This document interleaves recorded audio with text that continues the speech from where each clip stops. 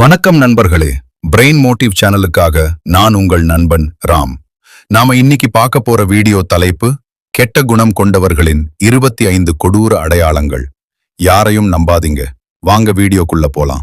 பகுதி 1, அறிமுகம். நண்பர்களே, உங்க வாழ்க்கையில நீங்க ரொம்ப நேசிச்ச ஒருத்தரே உங்களுக்கு தெரியாம உங்க குழிய பறிச்சிருக்காங்களா? நீங்க அவங்களுக்காக உயிரையே கொடுத்திருப்பீங்க.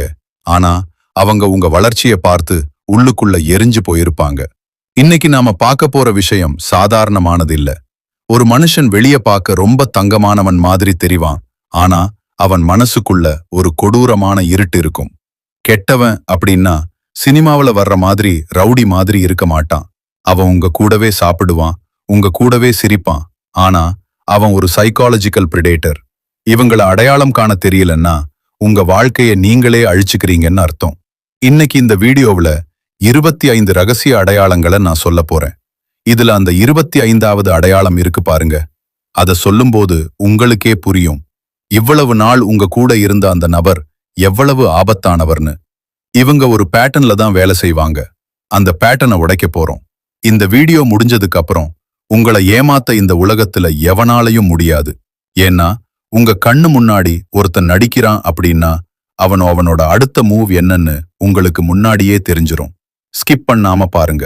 ஏன்னா நடுவுல வர்ற ஒரு சின்ன பாயிண்ட் கூட உங்க வாழ்க்கையில நீங்க இழந்த பணத்தையோ இல்ல நிம்மதியையோ மீட்டு தரலாம்.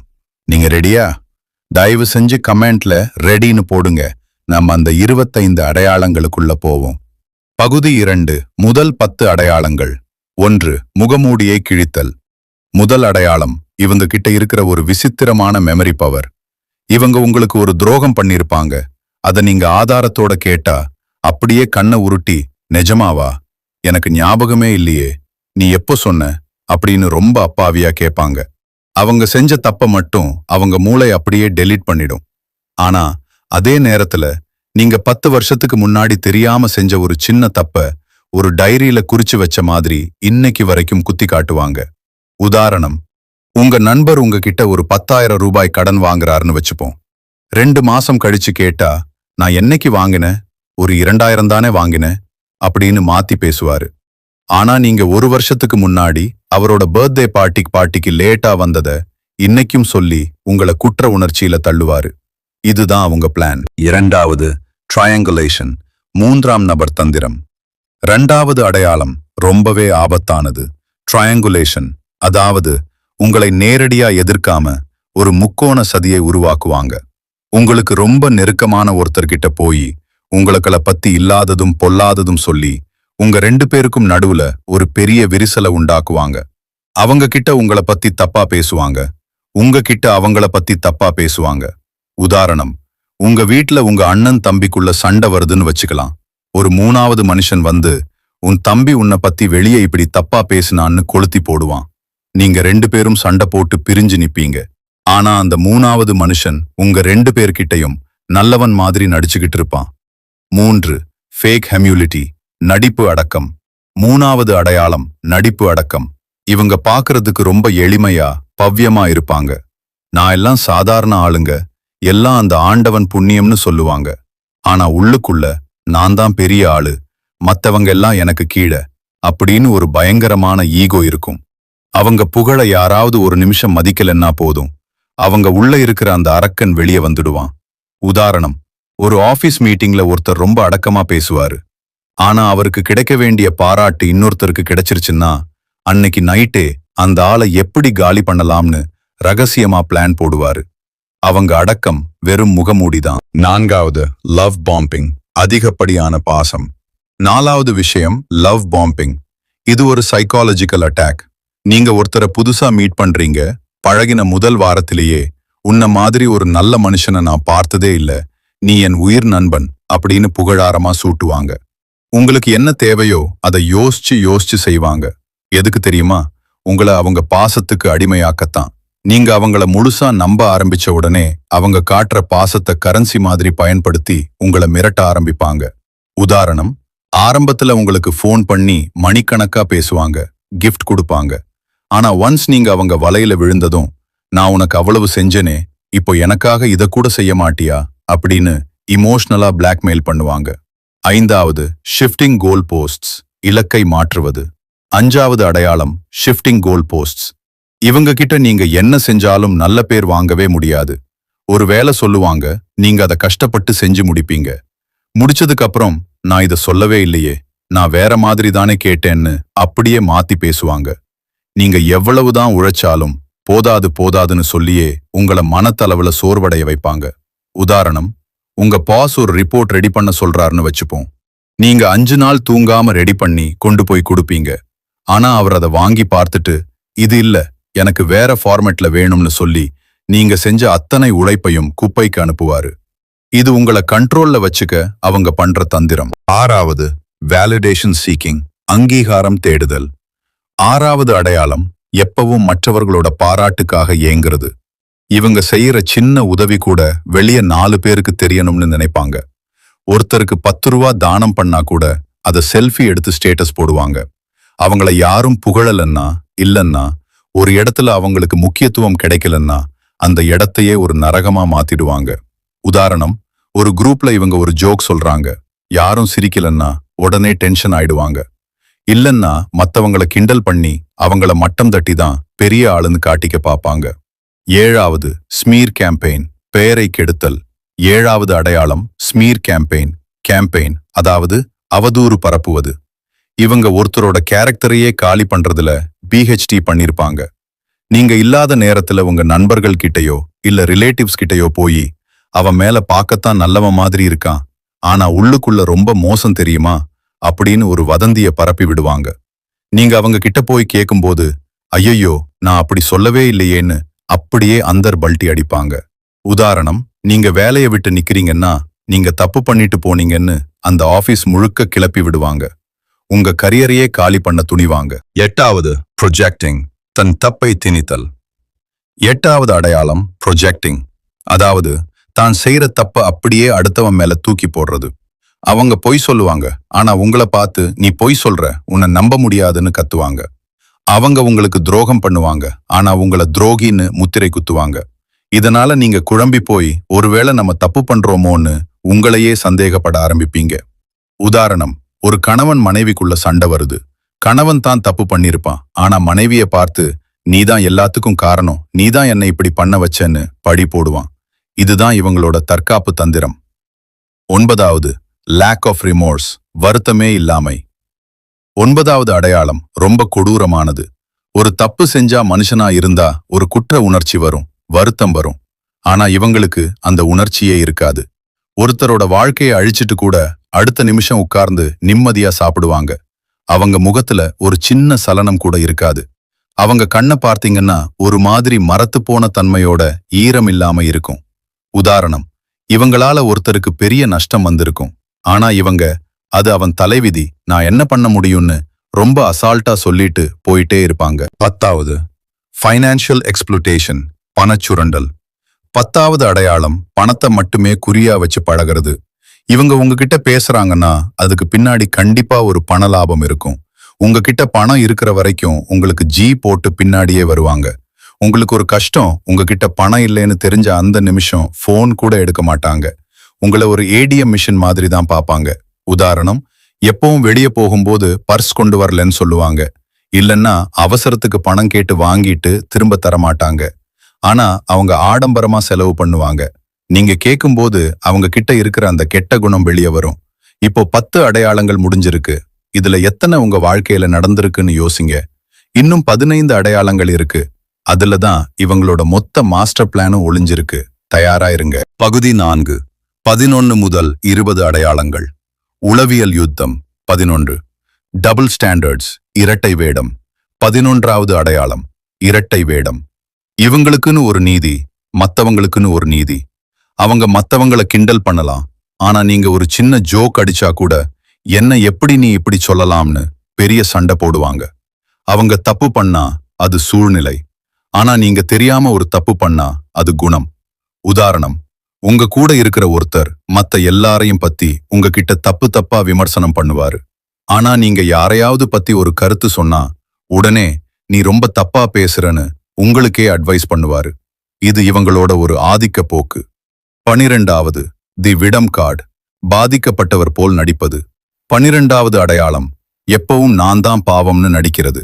இவங்க ஒரு தப்பு பண்ணி மாட்டிக்கிட்டா உடனே பழைய கதையெல்லாம் தோண்டி எடுப்பாங்க.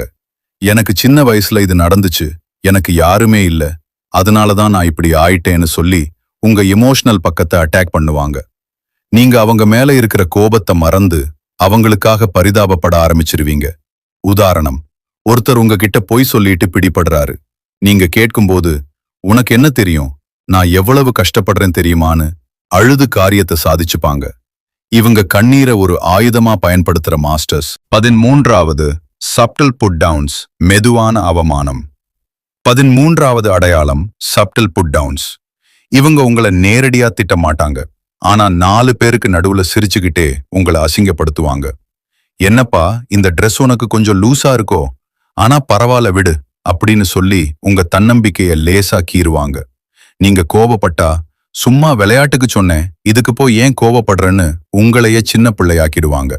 உதாரணம், ஒரு பார்ட்டில எல்லாரும் இருக்கும்போது, இவன் அன்னைக்கு ஒரு வேலை செஞ்சான் பாருங்க, செம காமெடின்னு சொல்லி உங்க பலவீனத்தை கிண்டல் பண்ணி சிரிப்பாங்க. நீங்க வெளியே சிரிக்கவும் முடியாம கோபப்படவும் முடியாம தவிப்பீங்க. 14வது கண்ட்ரோல் த்ரூ கிரைசிஸ், பிரச்சனை மூலம் கட்டுப்படுத்துதல். 14வது அடையாளம் தேவையில்லாத பிரச்சனைகளை உருவாக்குறது. இவங்களுக்கு நீங்க நிம்மதியா இருக்கிறது பிடிக்காது. நீங்க ஏதோ ஒரு வேலையில சந்தோஷமா இருந்தா உடனே ஒரு பிரச்சனையை கிளப்பி விடுவாங்க. ஏதோ ஒரு ஃபோன் கால் வரும், இல்லன்னா பழைய பிரச்சனைய பேசுவாங்க. நீங்க அந்த டென்ஷன்ல இருக்கும்போதுதான் அவங்க சொல்றத நீங்க கேப்பீங்கன்னு அவங்களுக்கு தெரியும். உதாரணம், நீங்க ஒரு டூர் போக பிளான் பண்றீங்கன்னு வச்சுப்போம். கரெக்டா அந்த நேரத்துல இவங்க ஒரு சண்டை ஆரம்பிப்பாங்க. உங்க டூர் மூடே ஸ்பாயில் ஆகிடும். கடைசியில அவங்க சொல்ற இடத்துக்கு தான் நீங்க போக வேண்டியிருக்கும். 15வது ஐ கான்டாக்ட் ட்ரிக், கண்கள் மூலம் ஏமாற்றுதல்.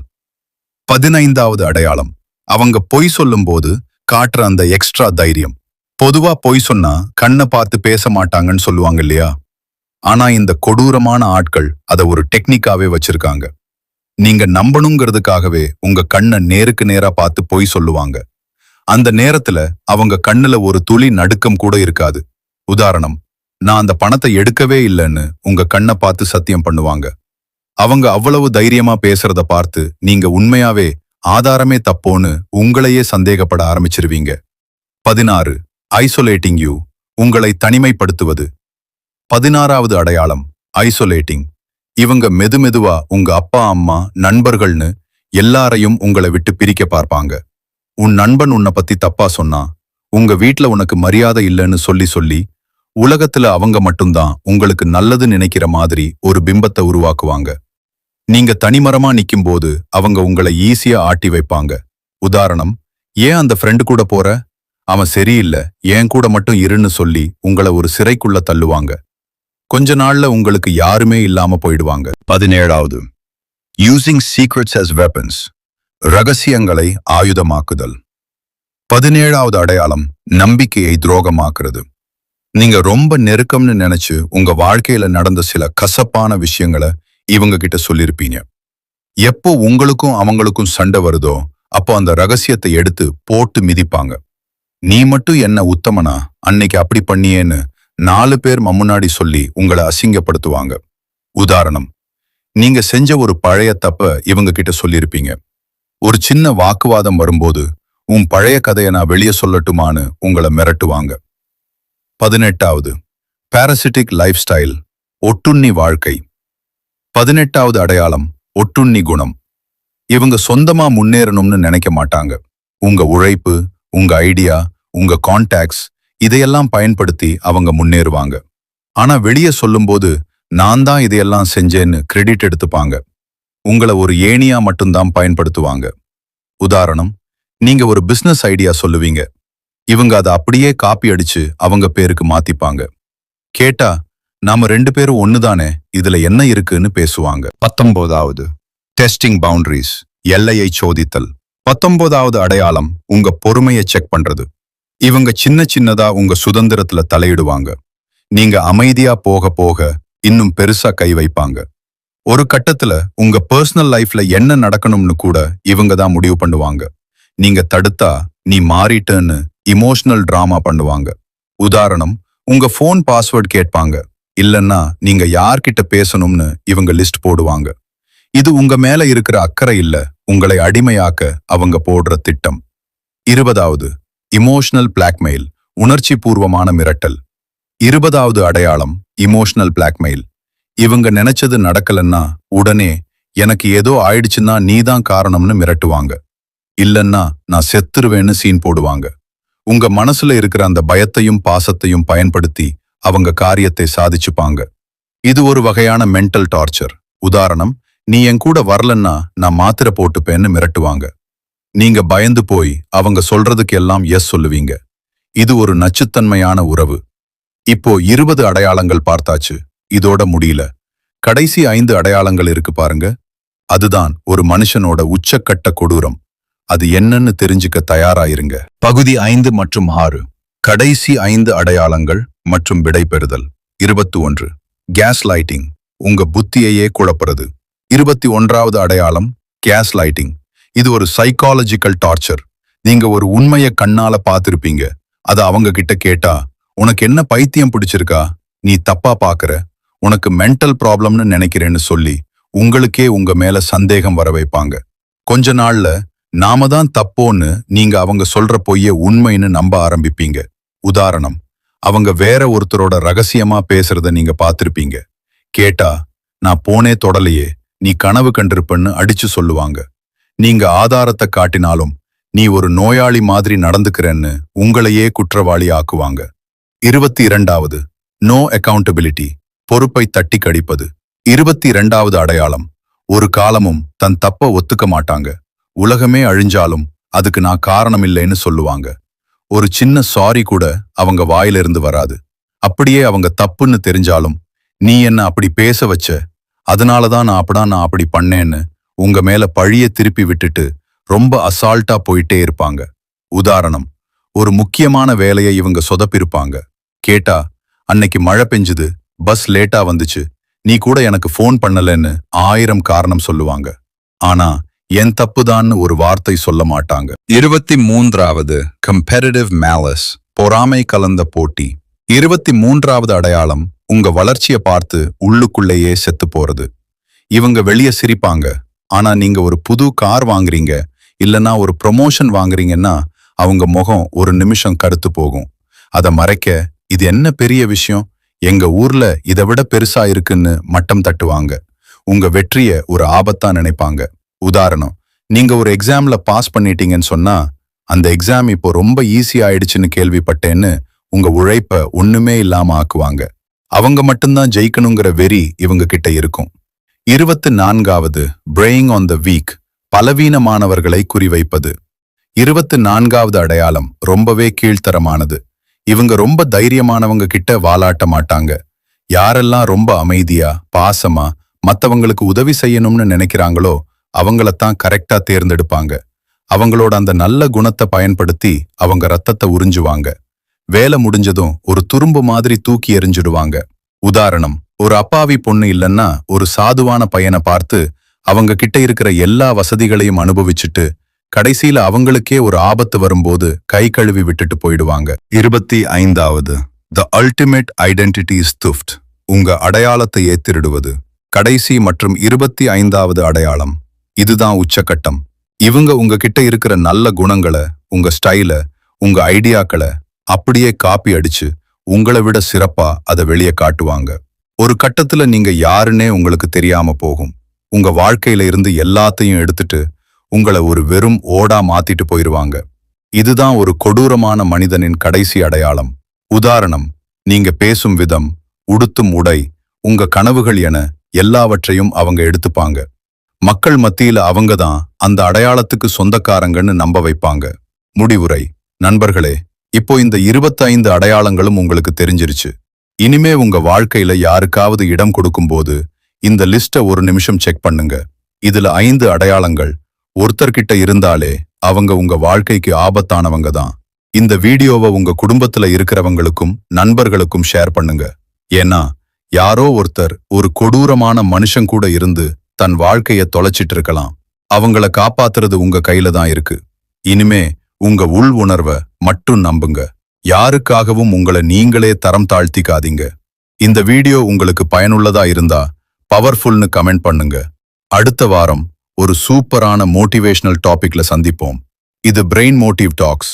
நான் உங்கள் நண்பன் ராம். நன்றி.